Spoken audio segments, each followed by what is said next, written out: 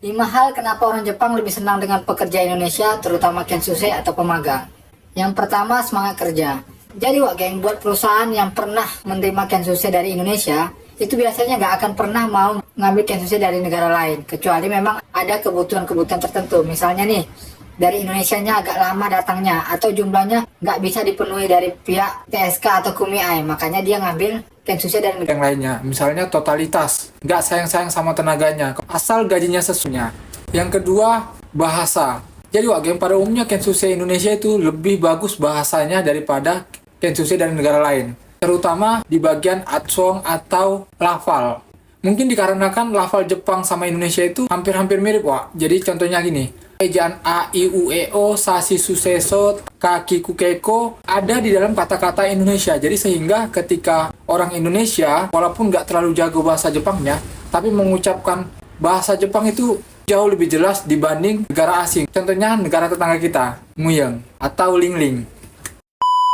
Yang ketiga, biasanya Kensuse Indonesia itu jauh lebih ramah daripada Kensuse negara asing lainnya. Mungkin karena negara kita memang terkenal dengan budaya yang cukup gampang menegur sesama orang, sapa atau teguran di masyarakat kita itu jauh lebih aktif dibanding negara-negara lainnya walaupun itu sama-sama di Asia. Jadi kelihatan Kensuse Indonesia itu jauh lebih ramah, welcome, dan bersahabat. Jadi sehingga orang Jepang itu ketika kenal sama orang Indonesia, pastinya langsung dekat dan bisa jadi lebih kompak, Wak.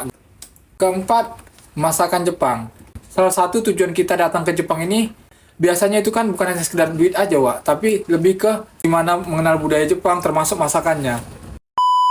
Makanya restoran Jepang itu banyak di Indonesia karena memang masyarakat kita lumayan suka dengan budaya Jepang, apalagi masakannya. Contohnya makanan Jepangnya, Wak, sushi, karage, gyoza, chahang, dan lain sebagainya.